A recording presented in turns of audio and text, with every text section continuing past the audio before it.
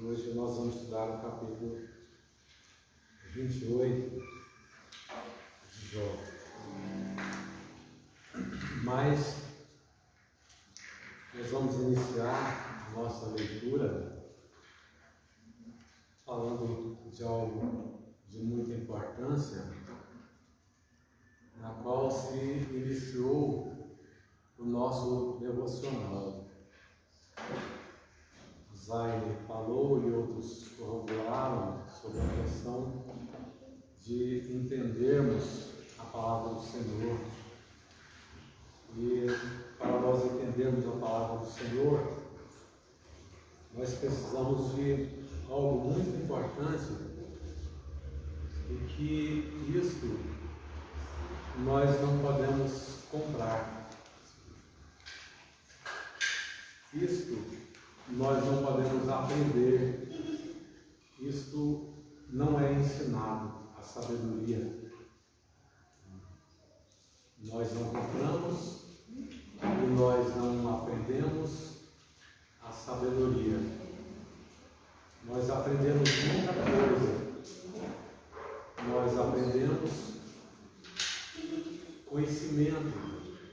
Quando nós olhamos para o mundo que nós vivemos, tantas coisas acontecem, quantas coisas são feitas, e a gente fica pensando, como é que isso aconteceu? Como é que o homem ele é capaz de criar um aparelho, um avião, e colocar dentro daquele avião ali centenas de pessoas ali dentro e simplesmente voar? E como pode acontecer uma coisa dessa? Como pode um médico abrir o coração de uma pessoa? Às vezes o médico ele tira o coração da pessoa e deixa fora do corpo ali algum tempo, né? Está cuidando. Eu me lembro aí de muitos anos atrás, nós tivemos uma preocupação com a Zaine, porque ela, bebezinha, abriram, trataram o coração dela. E a gente ficou, nós estamos orando com aquela preocupação, será que ela vai sobreviver? E lembro, parece que foi até no Hospital Santa Lúcia que ela fez a cirurgia. Como pode? Mas tão pequenininha, será que ela vai sobreviver? E tantas coisas que acontecem, e a gente fica pensando, como é que o homem dá conta de fazer, de aprender essas coisas? Eu, há menos de um ano, eu fiz uma cirurgia da cabeça, tirei o tumor da cabeça, né? Há 2 meses atrás eu coloquei uma prótese no quadril, e previsão de muitas pessoas igual o Pelé, depois que fez a cirurgia, deixou de andar, passou a andar na cadeira de rodas, andando normalmente. E quantas coisas já sucederam com a minha vida e com a vida de outras pessoas. Mas por que esses homens conseguiram fazer essas coisas? Eles adquiriram o quê? O conhecimento. Aprenderam o conhecimento. Mas há alguma coisa, há algo muito importante que o homem ele não aprende. É a sabedoria. O homem não aprende a sabedoria. E a sabedoria, ela é algo que ela é dada por Deus.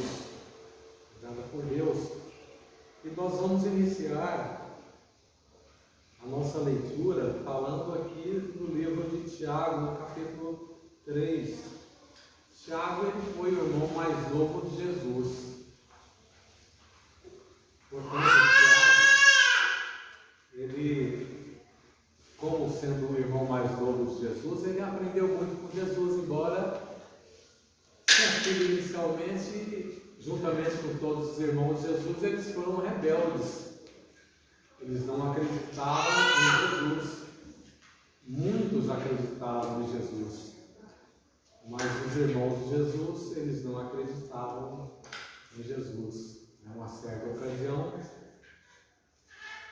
quando ia haver uma festa em Jerusalém, uma grande festa, e que ali juntaria pessoas de vários países, milhares de pessoas, seus irmãos disseram para Jesus: olha, agora é o momento de você se aparecer. Você que gosta de se aparecer, né, você quer ser tal, está na hora, é a sua hora. Vai lá para Jerusalém que vai ter muita gente e agora vai dar para você se aparecer. Assim eram esses irmãos de Jesus. E aqui está Tiago, que provavelmente era o pior deles. Mas, quando eles tiveram um encontro com Jesus, depois que Jesus ressuscitou, a vida dos irmãos de Jesus mudou completamente. E nós estamos vendo esse homem trazendo essa carta, que essa carta por si só, ela é um conteúdo daquilo que tem em todo o Novo Testamento. É um resumo, vamos assim dizer, de tudo aquilo que tem, dos ensinamentos que tem no Novo Testamento. É a carta de Tiago, é a carta muito importante. Eu sei que depois disso nós vamos passar a ler mais a carta de Tiago, que é uma importância assim, muito grande.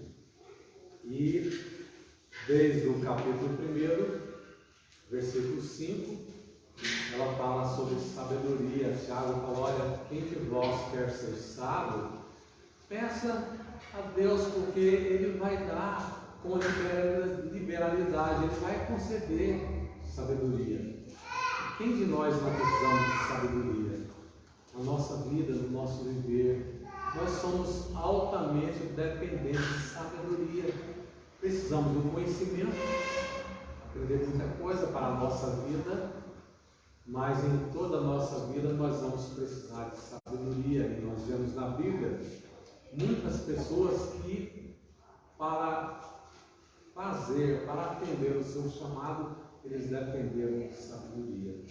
E Tiago diz, capítulo 1, versículo 5, quem precisa, quem quer, peça a Deus, não aprenda, peça a Deus, porque Ele dá com liberalidade, Ele não economiza a sabedoria. Mas aqui no capítulo 3, no versículo 13, está dizendo: quem dentre vós é sábio e entendido? Quem de vocês é sábio e entendido? Quem é? Mostre pelo seu bom trato. Se você é sábio, se você é entendido, se você adquiriu sabedoria, mostre pelo seu bom trato as suas obras em mansidão de sabedoria. Esse é um quesito para aquele que aprendeu, aquele que recebeu da parte do Senhor a sabedoria. Ele mostra pelo seu bom trato, através das suas obras, a testemunha através das suas obras, pelo seu espírito de mansidão, e passa a demonstrar toda a sabedoria. E Tiago, ele mostra que existem dois tipos de sabedoria. Mas se tendes amarga inveja e sentimento faccioso, se tendes amarga inveja, logo a inveja é uma coisa amarga, é cruel. A inveja é uma coisa que ela é amarga. O que é a inveja? É desejar aquilo que é alheio, amar aquilo que quer separar-se, aquilo que é de outro, né? A cobiça é desejar aquilo que é alheio. E a inveja, quem tem inveja, ele realmente chega ao ponto de odiar a pessoa por causa daquilo que é alheio. Eu me lembro de um fato que aconteceu há muitos anos atrás, no Lago Sul, talvez alguns dos irmãos se lembram. Uma empregada doméstica, ela, juntamente com seu namorado, matou a filha da dona da casa, família muito rica. E quando ela estava matando aquela moça, a moça falou: mas fulana, por que você está fazendo isso comigo? Por que você está me matando quando você é bonita? você é rica, pessoas te matando por isso. Matou e enterrou dentro da casa dela ali, tudo ali, e aquela moça, a família sumiu depois de algum tempo, foi descobrir que estava enterrada. E depois ela confessou porque ela fez isso por causa da inveja, que é uma coisa amarga, a pessoa pratica coisas terríveis. E Tiago, ele está dizendo que existe dois tipos de sabedoria. Ele está dizendo que existe uma sabedoria que a pessoa vai mostrar através de ser entendido, mostrar através do bom trato, ele vai mostrar através das boas obras, ele vai mostrar através da mansidão. E a segunda, se tem amarga inveja e sentimento faccioso, ou seja, dividir as pessoas, separar as pessoas, ao invés de aproximar as pessoas, ao invés de unir as pessoas, aí há a perturbação e toda obra perversa. Mas a sabedoria que do alto vem, ela é primeiramente pura, depois ela é pacífica, ela é moderada, ela é tratável, ela é cheia de misericórdia e de bons frutos, sem parcialidade e sem hipocrisia. Ora, o fruto da justiça semeia-se na paz para os que exercitam a paz. Quando nós olhamos lá para o livro de Provérbios, que vai nos trazer assim, grandes ensinamentos falando sobre a sabedoria. O sábio Salomão, um homem que ele dependeu da sabedoria para que ele pudesse governar. Ele fala no versículo 13 do capítulo 3: bem-aventurado o homem que acha sabedoria e o homem que produz conhecimento. Bem-aventurado o homem que acha a sabedoria e produz conhecimento. Porque é melhor a sua mercadoria do que artigos de prata, e maior o seu lucro do que o ouro mais fino.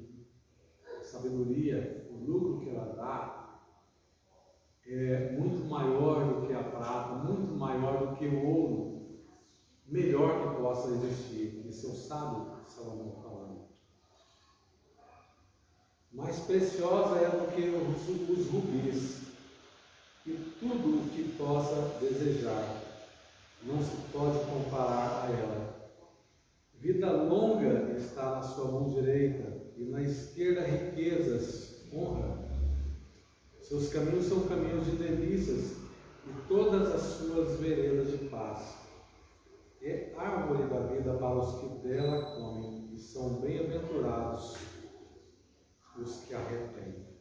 No capítulo 2, versículo 4 diz: e se como a prata buscares, e como a tesouros escondidos a esquadrinhares, então entenderás o temor do Senhor e acharás o conhecimento de Deus, porque o Senhor é Ele que dá a sabedoria, da sua boca é que sai o conhecimento e o entendimento.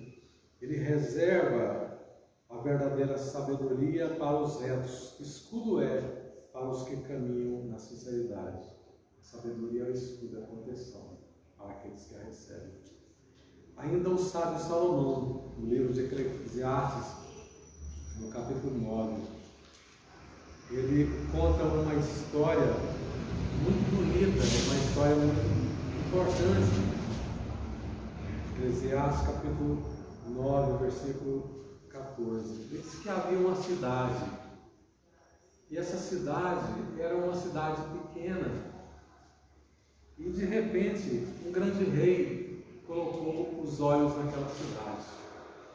Ele resolve tomar aquela cidade, ele resolve invadir aquela cidade. E aquela cidade, ela não tinha condições de resistir àquele poderio daquele grande rei.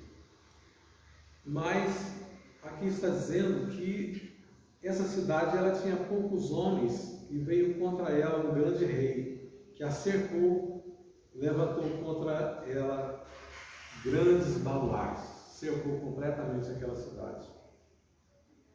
Mas só que naquela cidade, ali existia um homem pobre.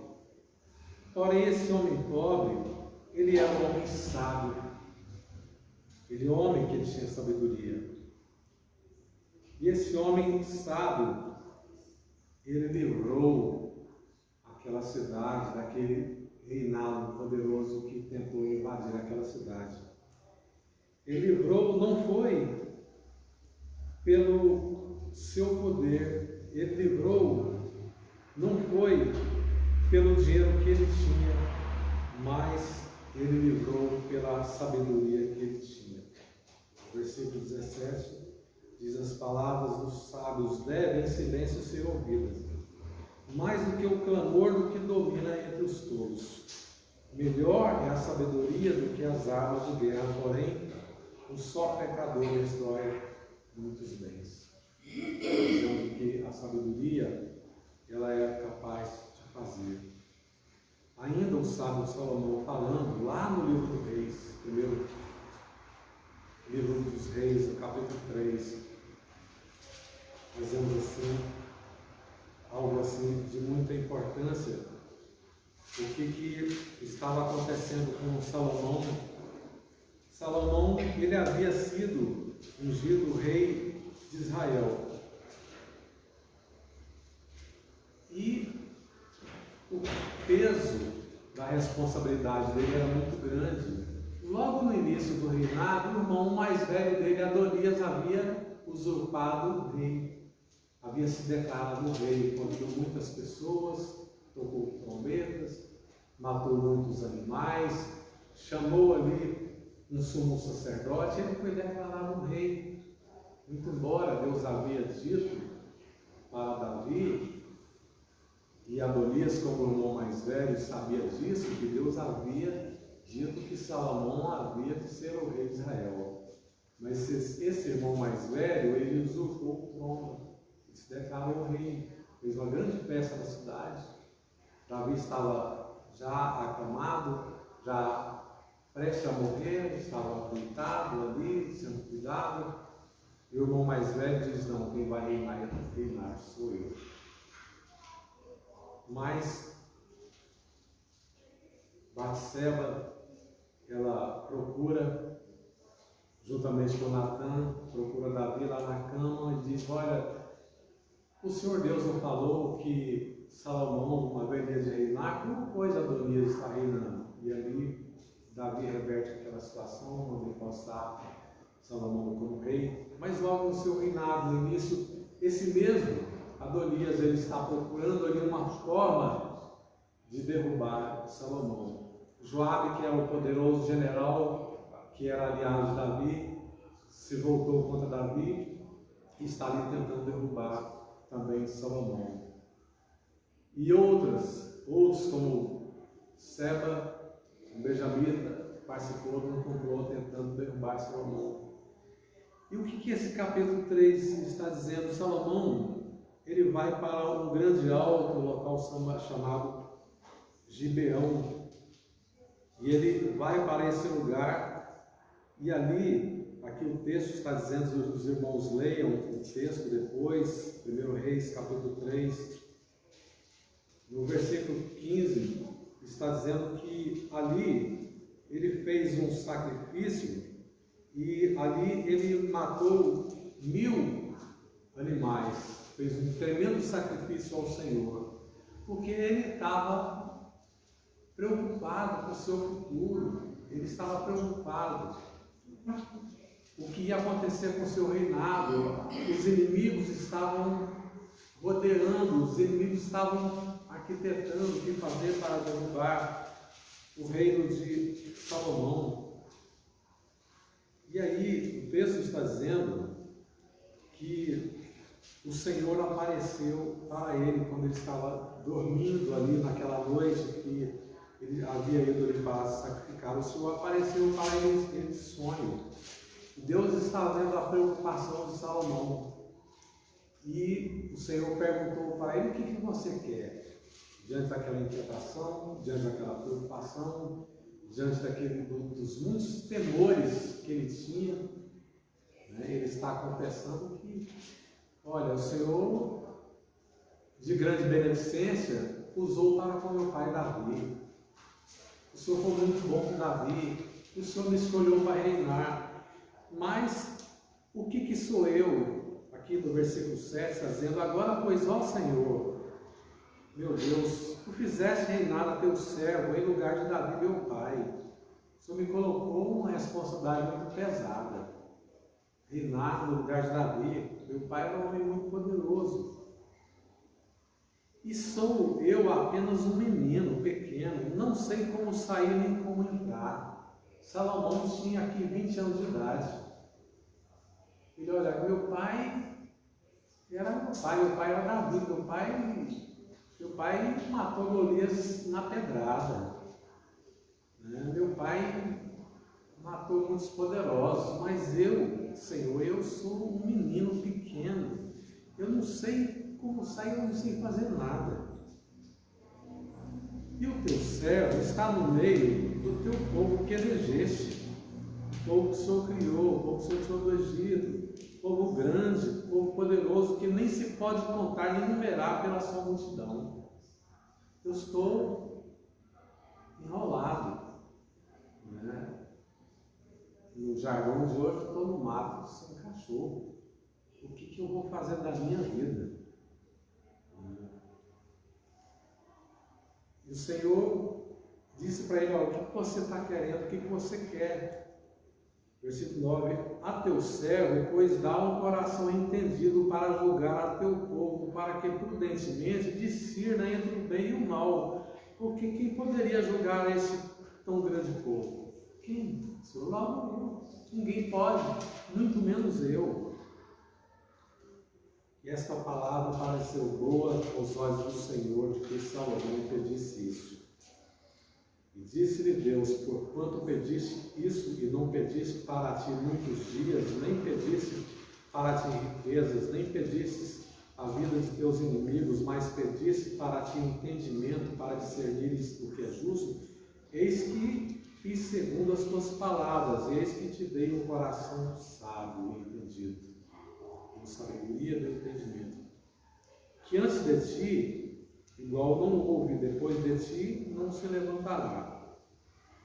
E também até o que não pediste te dei, assim riquezas como glória, de modo que não haverá um igual entre os reis por todos os seus dias.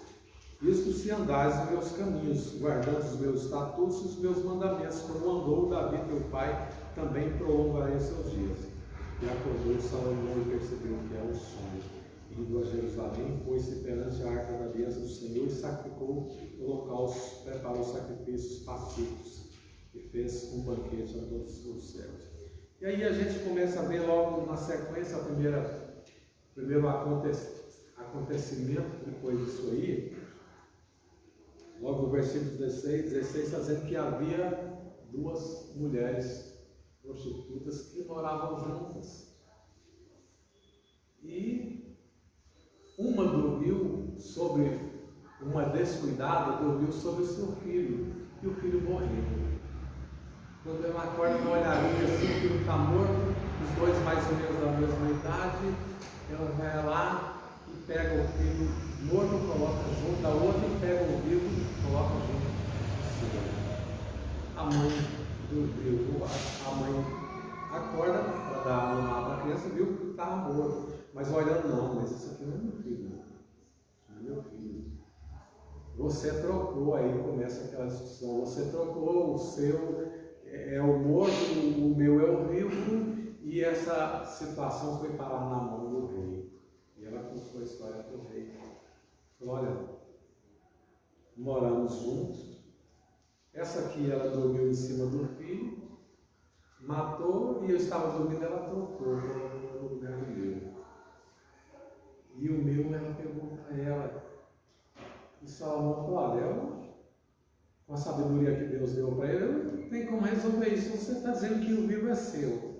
Ela está dizendo que o pediu dela. Ela está dizendo que como é que eu vou resolver isso aí? Me dá uma espada aí que eu resolvo esse problema rapidinho. Me dá uma espada. Aí, quando falou, ó, parte no meio, dá metade para cada uma. Aqui não era, mas tudo bem, você fica com a metade, eu fico com a metade. A mãe falou, não, de jeito nenhum, dá o filho para ela, dá meu filho para ela, eu quero que meu filho viva.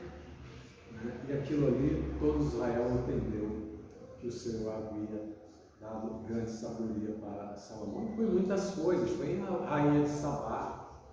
A gente vai ver aqui no capítulo 4, tudo que Deus deu de sabedoria, muita coisa que Deus deu de sabedoria, né? E Deus a Salomão sabedoria, muitíssimo entendimento, largueza de coração, como a areia que está na praia do mar. E era a sabedoria de Salomão maior do que a sabedoria de todos os do Oriente, do que toda a sabedoria dos egípcios. E era ele ainda mais sábio do que todos os homens, do que Etã, Israíta, Emã, Calcol, Darda, filhos de Maol, e correu o seu nome por todas as nações em redor. E disse 3.000 provérbios, que foram seus cânticos 1.005. Também falou das árvores, desde o cedro que está no Líbano, até o esopo que nasce na parede. Também falou dos animais, das aves, dos répteis, dos peixes, e vinham de todos os povos a ouvir a sabedoria de Salomão, e de todos os reis da terra que tinham ouvido da sua sabedoria. Mas por que Deus deu toda essa sabedoria para Salomão? Por que Deus lhe dá a sabedoria? Por que o irmão de Jesus, o irmão mais novo de Jesus, disse que quem quiser sabedoria, ele pede ao Senhor, que o Senhor ele vai dar com liberalidade, vai dar com abundância. Porque nós precisamos da sabedoria, né, para servirmos ao Senhor, para sermos instrumentos do Senhor. Quando Moisés estava construindo o tabernáculo, o Senhor disse para Moisés, olha, você chama a Olibe, né? Olibe é o nome dele? Olibe, né? A Olibe, se me parece, estará no livro de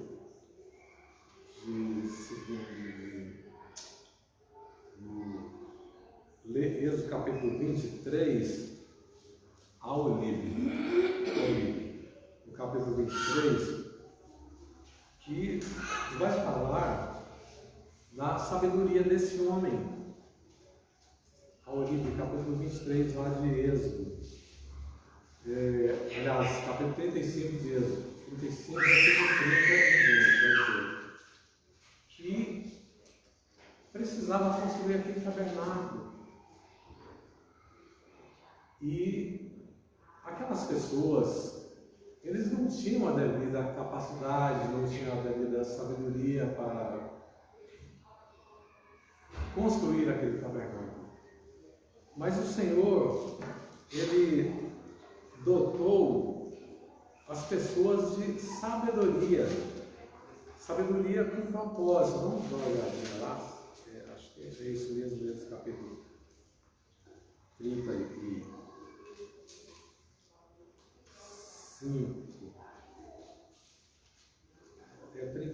36. 35 a partir do capítulo, versículo 30, né? Isso é isso mesmo. E aí está dizendo a escolha de Bezalel e a Oliabe. Bezalel e Oliabe. Depois disse Moisés aos filhos de Israel: eis que o Senhor tem chamado por nome Bezalel, filho de Uri, filho de Ur, da tribo de Judá. O Senhor tem chamado. O Espírito de Deus o encheu de sabedoria e entendimento, ciência e em todo artifício, e para criar invenções, para trabalhar em ouro, em prata, em cobre, e em lapidar de pedras, para engastar em encalhar madeira e para trabalhar em toda a obra esmerada. Também dispôs o coração para ensinar a todos. A ele, filho de Aizamaque, da tribo de Dan, e encheu-os de sabedoria do coração para fazer toda a obra de mestre, até a mais engenhosa, a do gravador, em azul, em púrpura, em carmesim, em linho de tecelão, fazendo toda a obra e criando invenções. Precisava ser construído o tabernáculo. E Deus chamou esses homens para que eles pudessem fazer aquela grande obra. Assim também, quando da construção do templo, Deus chamou o outro doutor de sabedoria, porque Deus tinha algo a fazer através desses homens. Quando nós estamos lendo aqui o capítulo 28 do livro de Jó, sempre nós lemos nos capítulos anteriores, isso depois do capítulo 1, que narra toda a história de Jó, nós vamos ver sempre iniciando dessa forma: então respondeu Jó, então respondeu Bildade, então respondeu Zofar, então disse Jó. Mas aqui no capítulo 28, é um capítulo que, aparentemente, se nós não analisarmos corretamente, nós vamos entender que esse capítulo ele não tem nada a ver com esses 42 capítulos de Jó, porque ele não está falando nada da história de Jó, nada das aflições, nada das provações, nada dos acontecimentos que aconteceram na vida de Jó. Ele vai trazer um assunto que parece que é totalmente assim desconexo de tudo que nós temos lido e que continuaremos a ler nessa história. E ele vai falar de uma coisa assim muito interessante. Versículo 20, aliás, o versículo 1 do capítulo 28 diz: na verdade, a mina de onde se extrai a prata e o lugar onde se refina o ouro. Começa contando a história que existem minas, né? E essas minas, o que se extrai dessas minas? Extrai coisas preciosíssimas.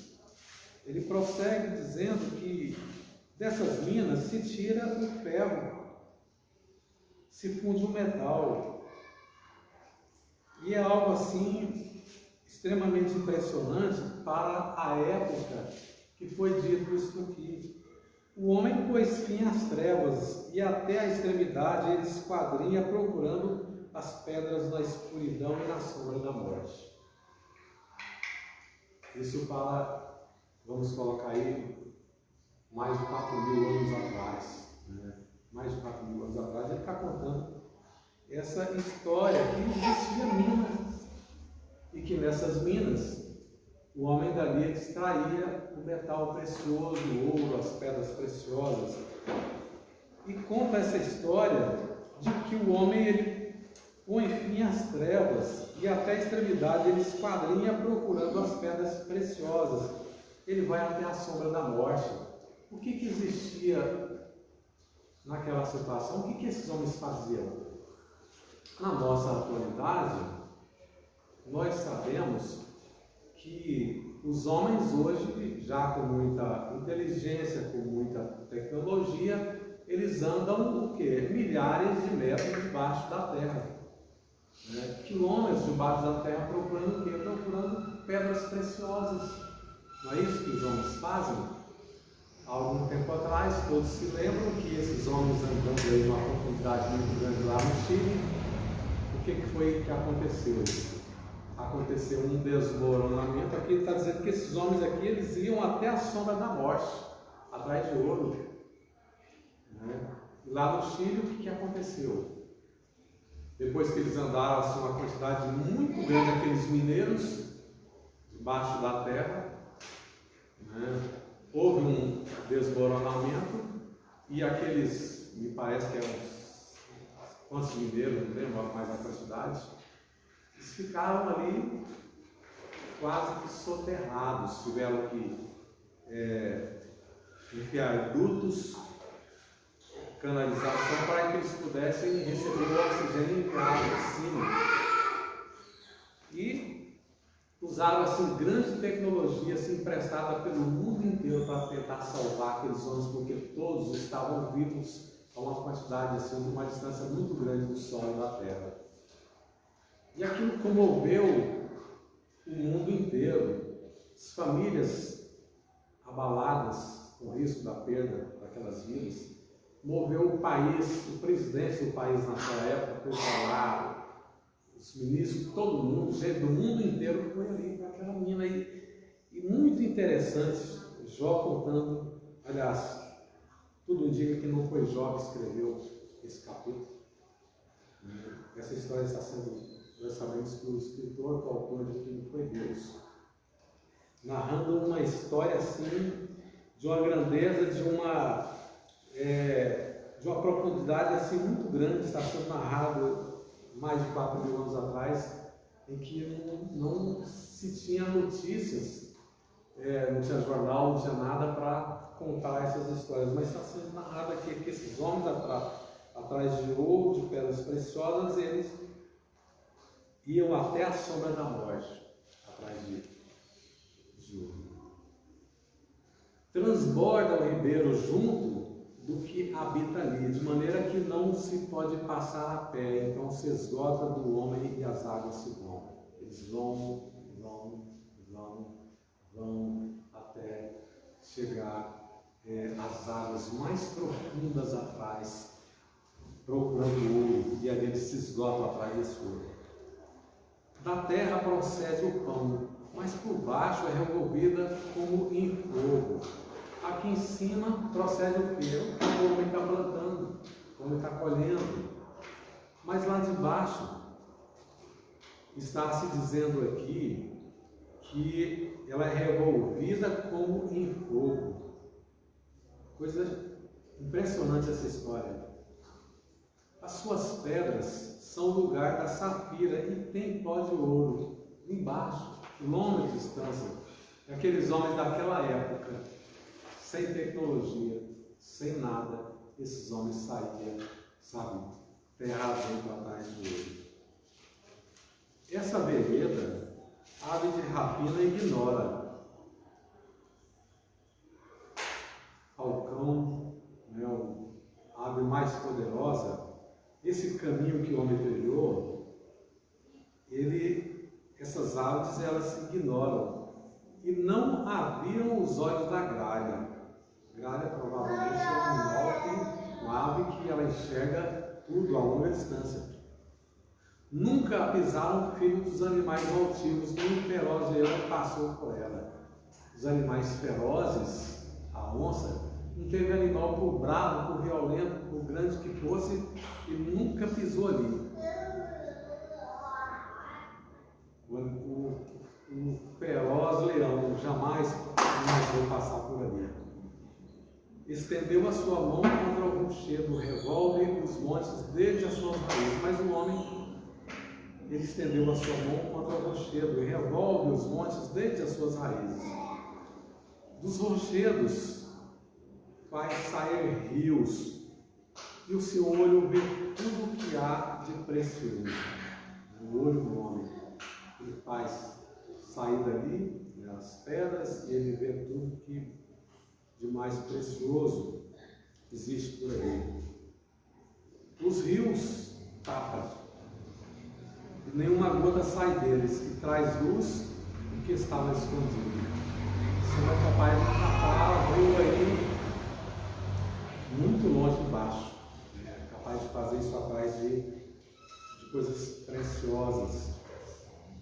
E o mais impressionante aqui é que ele traz a luz ao que estava escondido. Naquela época não existia lanterna,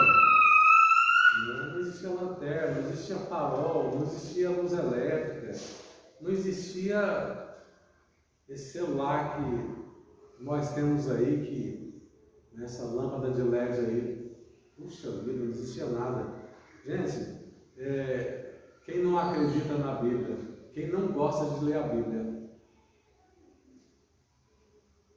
poucos dias nós visitamos um lugar onde estudavam a Bíblia ali para ler, e a Bíblia que nos entregaram estava do jeição da loja. Do jeição da loja. Novinho. Igual aquela história da irmã que o pastor foi visitar e chegando lá, o pastor perguntou: irmã, a senhora lê a Bíblia? Não, todo dia eu leio a Bíblia. Traz a sua Bíblia aí para a gente ler, vamos ler a sua Bíblia. A irmã vai buscar a Bíblia, procura, não sei onde eu procuro essa Bíblia. Quando ela acha a Bíblia, ela falou: que bênção, pastor, meu óculos estava perdido. E eu não sabia onde eu tinha perdido esse óculos e agora, né? Irmãos, nós temos que ler a Bíblia, examinar a Escritura. Quer sabedoria? É Deus que dá. Salomão diz que aquele a quem ele agrada, está lá Salomão no Provérbios capítulo 2, a quem ele agrada, ele dá sabedoria. Mas se você não abrir a Bíblia, quando nós oramos, nós falamos com Deus. Quando nós abrimos a Bíblia, Ele fala conosco. Não pode, sabe? Não pode a gente dizer que é crente e a gente não lê a Bíblia, não conhecer a Bíblia, não ter prazer na palavra de Deus. Nós precisamos de ler a Bíblia. Isso aqui são coisas, irmãos, assim que não só ler, mas meditar na palavra de Deus. São coisas assim, preciosas, valiosíssimas, que as pessoas riquíssimas, que têm muito conhecimento, mas eles não sabem disso aqui, porque se eles veem isso aqui, a vida deles muda. A vida deles muda. Como que essa Bíblia que foi escrita há tanto tempo atrás, Moisés lá no deserto, aqueles 40 anos, aquele homem ali no deserto, escrevendo ali o Velho Testamento, escrevendo a lei, escrevendo tudo ali. E hoje nós sabemos de coisas assim, mais de 4 mil anos atrás, porque é a palavra de Deus. Deus teve o compromisso de manter essa oralidade, passando de boca em boca, e a Bíblia é uma realidade. E a gente tem hoje conhecimento, sabedoria dessas coisas que aconteceram. Como que esse povo arrumava luz para andar debaixo da terra ali? Perfurar essas coisas. Os rios eles eram capazes de tapar, e nenhuma gota sai deles, e traz luz o que estava escondido. Versículo 12. Porém, onde se achará a sabedoria e onde está o lugar da inteligência? Depois de tudo isso aí que eu fui capaz de fazer a vida toda, capaz de precipitar, entrar na terra, achar o rubi, a pérola preciosa, achar o ouro, achar tudo ali, arriscar a vida. Um tempo desse, ir lá na China, a China não foi capaz de salvar os mineiros, morreram de soterrado. Soterrado, pessoal atrás de ouro, e hoje com toda a tecnologia. E naquela época, sem tecnologia, o homem era capaz de fazer isso. Porém, onde se achará a sabedoria? O homem é incapaz de achar a sabedoria, porque não vem dele, não vem do estudo, não vem da ciência. A sabedoria, ela é dada por Deus. E onde está o lugar da inteligência? O homem não conhece o seu valor, e nem ela se acha na terra da inteligência. Impressionante, né? Sabedoria não se acha na terra da inteligência. Não interessa, para muita gente não interessa a sabedoria. Existe algo muito mais importante do que a sabedoria, do que a palavra de Deus, do que o conhecimento. A gente anda oferecendo aí a palavra de Deus. Eu faço atribuição quase diária da palavra de Deus. E quantas pessoas dizem que não quero outra atribuição. Sempre a porção da palavra de Deus, isso aí não. O homem não conhece o seu valor, e nem ela se acha na terra dos viventes. O abismo diz: não está em mim. O abismo poderoso, né? O abismo diz: não está em mim. E o mar, todo o seu poder bravio, toda a sua força, toda a sua capacidade de afundar grandes embarcações, de invadir cidades, de provocar grandes destruições. E o mar diz: ela não está comigo. Ela não está comigo. Não se dará por ela o ouro fino, nem se pesará a prata em troca dela. Pode pesar o ouro e a prata do mundo inteiro, mas não vai dar em troca dela. Nem se pode comprar por ouro fino de Ofir, que, como já falamos, é um dos ouros mais poderosos, inclusive está lá no início de Gênesis. Nem pelo precioso onix, nem pela pedra de safira. Com ela não se pode comparar o ouro nem o cristal, nem se trocará por joias de ouro fino, nada mesmo. Não se fará menção de coral nem de pérolas, porque o valor da sabedoria é maior do que o dos rubis. Não se igualará ao topázio da Etiópia, nem se pode comprar por ouro puro. Ou seja, a sabedoria é inacessível, né? Inacessível ao poder, à riqueza, ao dinheiro do homem. De onde, pois, vem a sabedoria? E onde está o lugar da inteligência? Pois ela está encoberta aos olhos de todo vivente, oculta as águas do céu. A destruição e a morte dizem: ouvimos com os nossos ouvidos a sua fama. A destruição e a morte diz: olha, nós ouvimos com os nossos próprios ouvidos a sua fama. Deus entende o seu caminho e Ele sabe o seu lugar. Porque Deus é a sabedoria. Deus, com a sabedoria, Ele fundou a terra. Quem é a sabedoria? É Jesus. Quem tem sabedoria? É quem tem Jesus no coração. Quando? Porque Ele vê a extremidade da terra, vê tudo o que há debaixo dos céus, quando deu peso ao vento e tomou a medida das águas. Qual é o peso do vento?